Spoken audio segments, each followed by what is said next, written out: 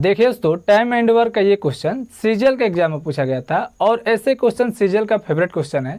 तो देखिए एक ऐसा क्वेश्चन है, सुप्रजा और कौशल्या एक काम को क्रमशः 30 और 20 दिनों में पूरा कर सकती है। यदि काम की शुरुआत सुप्रजा से होती है और उसके बाद वे बारी बारी से एक काम को करती हैं, तो वे 75% काम कितने दिनों में पूरा होगा। देखिए, सुप्रजा को क्या लिख सकते हैं एस और कौशल्या क्या लिख सकते हैं के।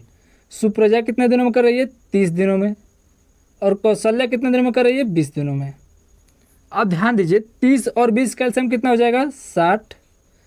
30 से 60 में भाग देंगे तो कितने बार जाएगा 2 बार, और 20 से 60 में भाग देंगे तो कितने बार जाएगा 3 बार। अब देखिए 60 का 75% काम कराना है तो 60 का 75% काट लेंगे।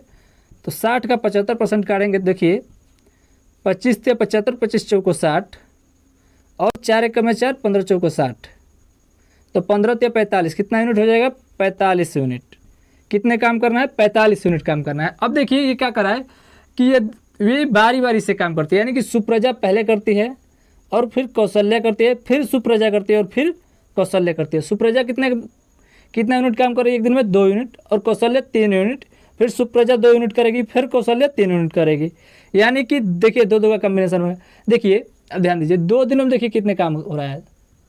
2 दिन में कितने काम हो रहा है, एक दिन और एक दिन, 2 दिन में कितना काम हो रहा है 5 यूनिट। तो क्या लिखेंगे 5 यूनिट। 2 दिन में कितना काम हो रहा है 5 यूनिट। अब इस 5 को किस तरफ ले जाएंगे 45 की तरफ, तो कितना बार गुणा करना पड़ेगा 5 में 9 का गुणा करना पड़ेगा। तो कितना हो जाएगा 5 9 कितना होता है 45, और 2 को भी क्या करेंगे 9 से गुणा करेंगे, 2 में भी क्या करेंगे 9 का गुणा करेंगे, तो कितना हो जाएगा 18 दिन।